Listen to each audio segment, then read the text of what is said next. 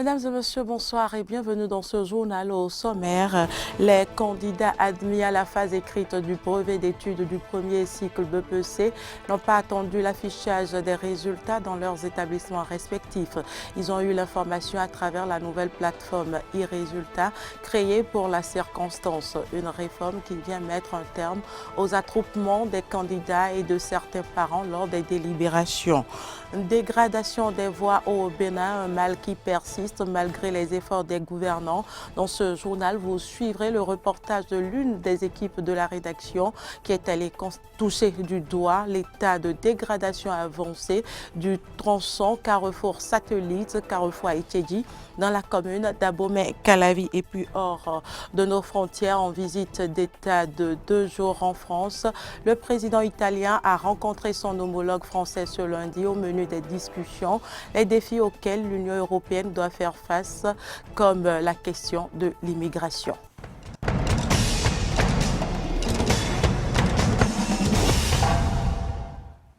Merci pour l'attention. Je l'annonçais dans les titres, les résultats de l'examen du brevet d'études du premier cycle BPC, session de juin 2021, proclamée ce dimanche 4 juillet, ont été affichés dans les établissements cet après-midi.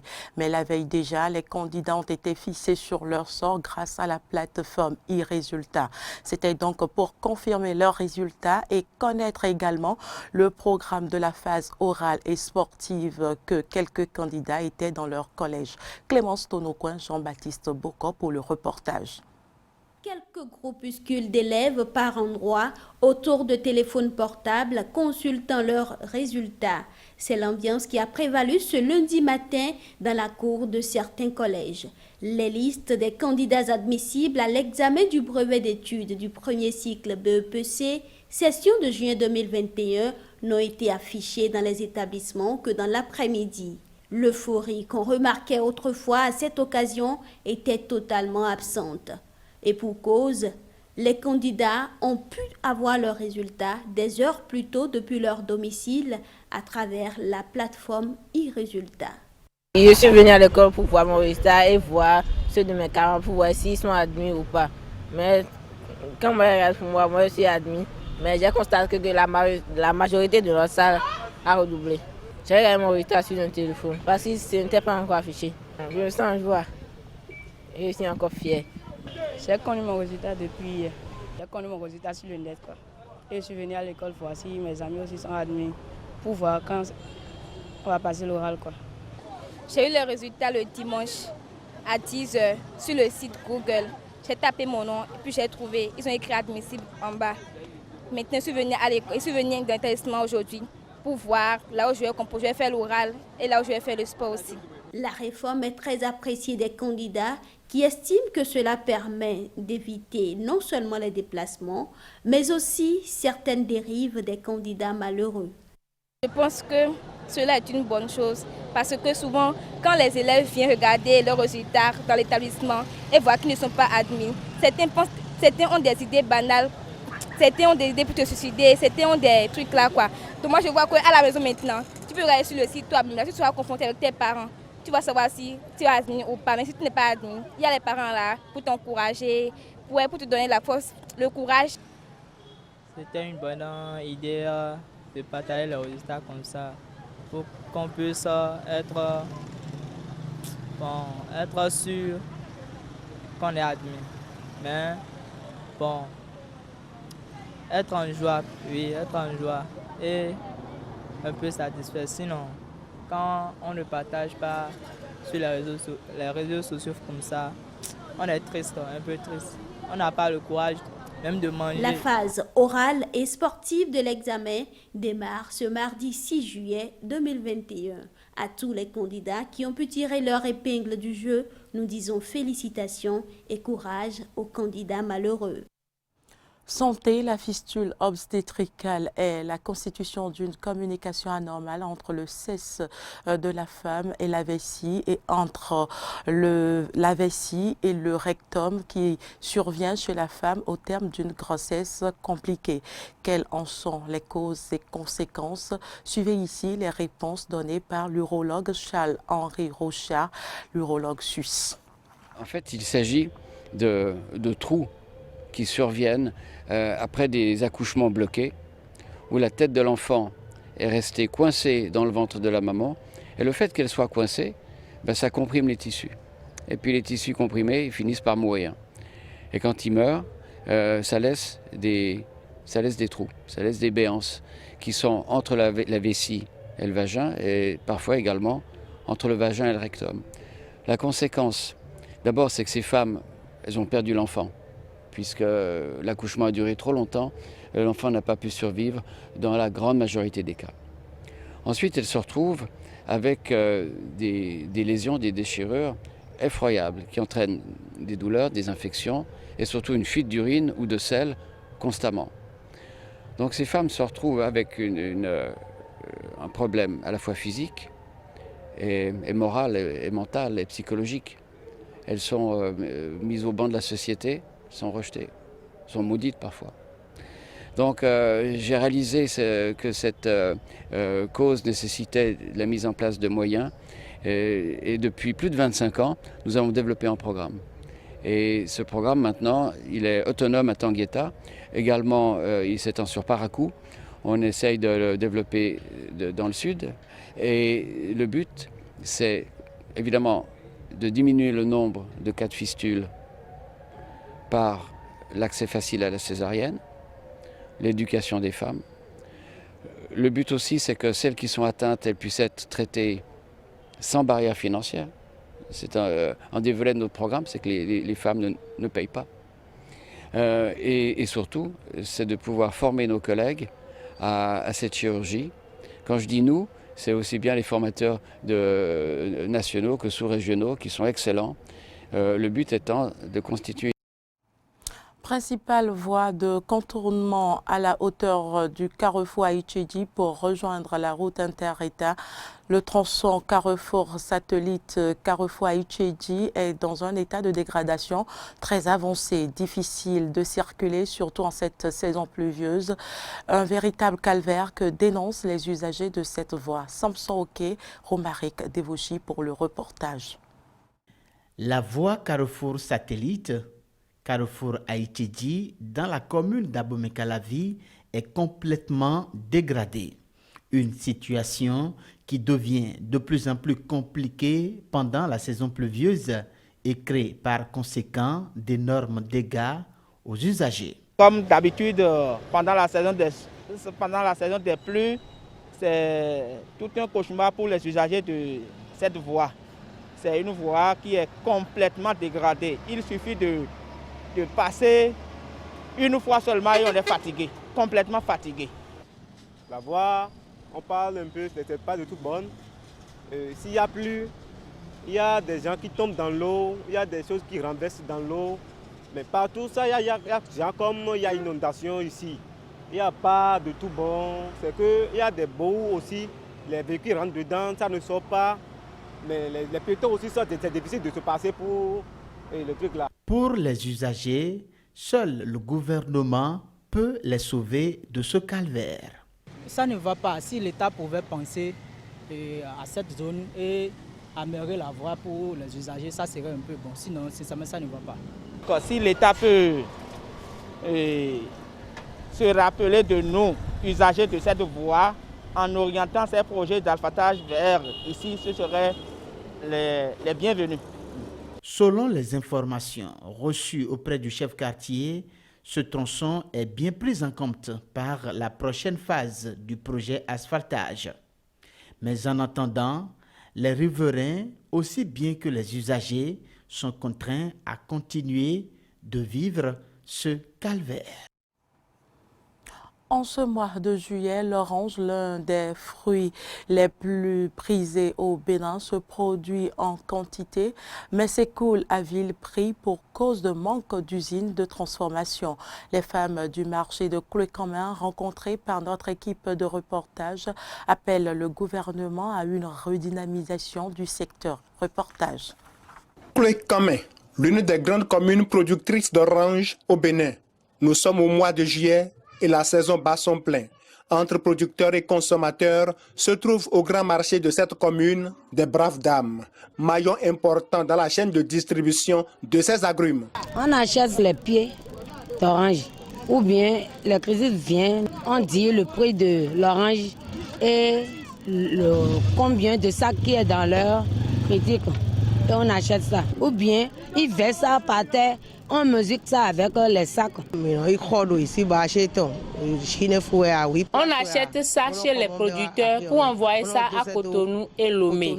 Les bonnes dames viennent de Cotonou, de Lomé, de Porto-Nouveau viennent payer des oranges ici. Nous chargeons. Et c'est ici, au marché de Clécamin, que la commune rentabilise son titre de producteur d'oranges par la collecte des tasses au niveau des transporteurs. Par exemple, si la bâchée charge, on les délivre 4 000. Si la 8 places charge, on les délivre 3 000. L'entrée des tricycles, si c'est rempli plat, c'est à 500. Sorti, si c'est bien rempli, c'est 1 000 francs. Le non-aménagement de ce coin du marché de Clécamin nourrit la réticence des transporteurs qui ne payent pas assez spontanément les tasses. Compte tenu de l'état du marché, le marché n'est pas bien assaini, les gens refusent de donner. Et parfois le maire, il vient souvent ici, il les sensibilise, il conseille les gens. Et compte tenu de ce que nous sommes en train de regrouper ici, c'est ça on va prendre pour aménager alors le marché. Ces transporteurs demandent au nouveau maire d'accélérer le projet d'aménagement de ce coin du marché pour le bonheur des usagers. Si à la pluie, les bonnes ne pas vendre. Même les voitures là ne trouvent pas là où traverser la voie là pour continuer à Cotonou.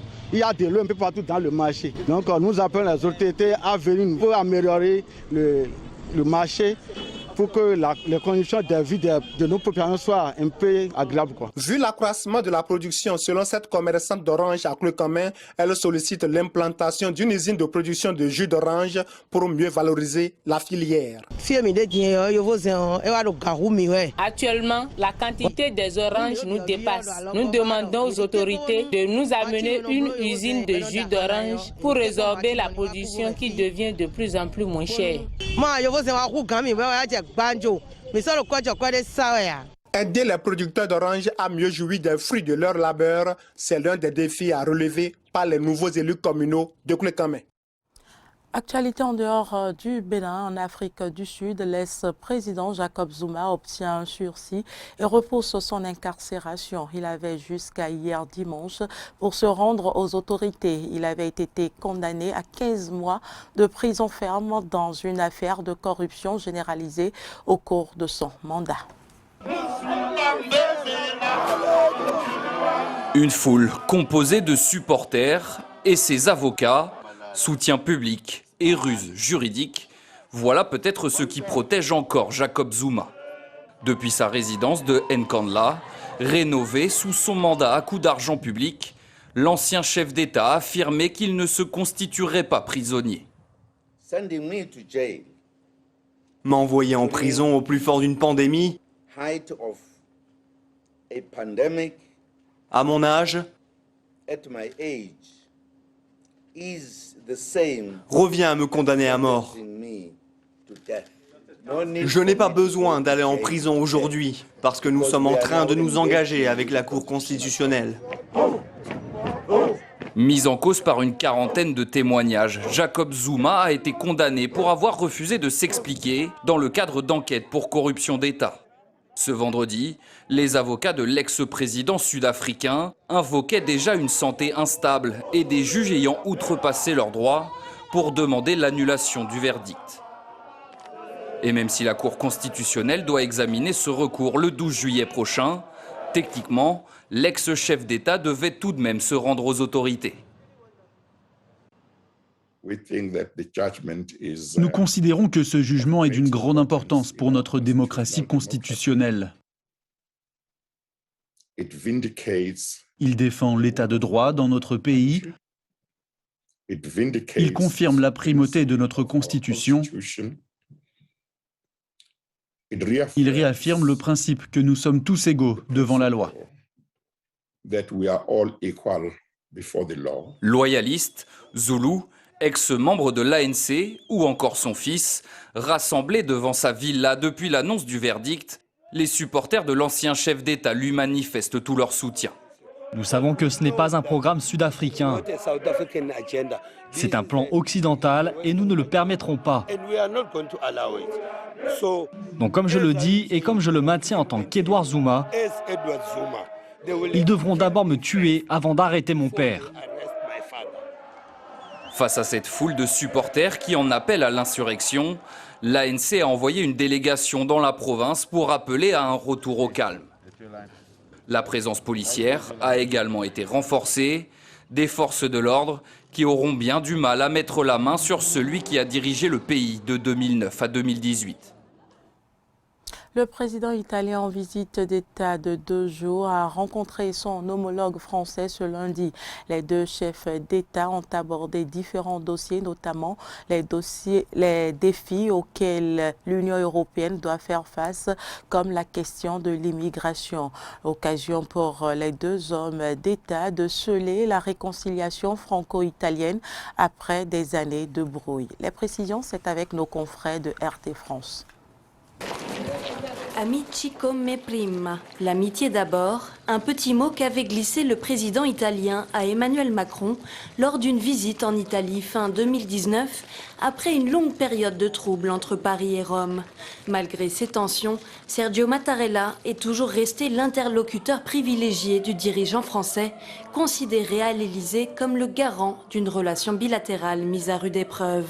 Alors que cela fait près de 10 ans qu'un président italien n'a pas été reçu à Paris, la venue de Sergio Mattarella en France vient clore ce chapitre tumultueux. Aujourd'hui commence la visite d'État en France du président de la République italienne, Sergio Mattarella. Un lien européen unique entre nos deux pays, essentiel et encore sous-estimé. Nous signerons cette année un traité bilatéral pour sceller cette amitié. Si la crise diplomatique entre les deux pays a connu son paroxysme en 2019, tout démarre en fait en 2011 avec la crise financière et des raids français menés sur des entreprises italiennes. Puis s'ensuit l'intervention militaire en Libye et la chute de Kadhafi, dossier auquel s'ajouteront la crise migratoire à Lampedusa ou encore des tensions autour de la Joconde. Rome se sent lâchée par la France et isolée. Quand en 2018, le tandem Matteo Salvini et Luigi Di Maio arrivent au pouvoir, l'aigreur diplomatique est à son paroxysme. Hypocrisie, arrogance, Matteo Salvini, ministre de l'Intérieur, s'attaque à Emmanuel Macron sur la politique migratoire. Au lieu de donner des leçons aux autres, j'inviterai l'hypocrite président français à rouvrir les frontières et accueillir les milliers de réfugiés qu'il avait promis de prendre. Macron veut des ports ouverts, il y a Marseille, il y a la Corse. Mais l'Italie ne sera jamais son camp de réfugiés. Les Italiens ne sont ni les serviteurs, ni les esclaves de personne, point. En février 2019, lorsque Luigi Di Maio, vice-premier ministre et chef de file du mouvement 5 étoiles, rencontre un groupe de gilets jaunes saluant le vent du changement, c'en est trop pour l'Élysée, qui rappelle à Paris son ambassadeur en Italie, une première depuis la Seconde Guerre mondiale. C'est au beau milieu de ces tensions que Serge Mattarella se démarque, rappelant la nécessité de préserver l'amitié avec la France. Alors que plus personne au gouvernement ni dans l'administration n'osait parler à la France, Sergio Mattarella était le seul à avoir gardé le lien avec Emmanuel Macron. Dans un panorama politique italien en perpétuel changement, Sergio Mattarella représente pour les Italiens comme pour l'Europe un point de stabilité qui rassure. Depuis 1 an, les relations franco-italiennes se sont adoucies. Un réchauffement favorisé par le caractère pro-européen du nouveau gouvernement transalpin. Le gouvernement de Mario Draghi en place, la France a retrouvé son vieil allié européen. En mai, à Bruxelles, les deux pays ont décidé d'entamer une coopération sur l'immigration. Et pour sceller ce retour à la normale, et même l'approfondir, Paris et Rome travaillent sur un nouvel accord, dit traité de Quirinal, qui sera au cœur des discussions entre les deux dirigeants ce lundi. Objectif, améliorer les relations entre les deux pays et offrir une alternative à l'amitié franco-allemande en Europe. Alors que l'Allemagne entrera bientôt dans un cycle électoral, le renforcement du rôle de l'Italie représente aussi une forme de passage de relais pour assurer la continuité européenne. Et puis, le variant Delta continue de faire ravage en Espagne. Le taux de contamination à ce variant du coronavirus évolue de façon vertigineuse et inquiète les autorités. Et pourtant, la vie reprend peu à peu son cours après la levée du couvre-feu. Reportage. Ils sont nombreux à s'être rassemblés à Elborn ce samedi soir.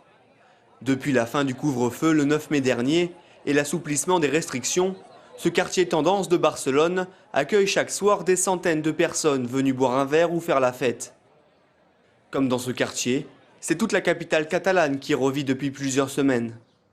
Un retour à la normale qui n'inquiète pas les Barcelonais et les touristes.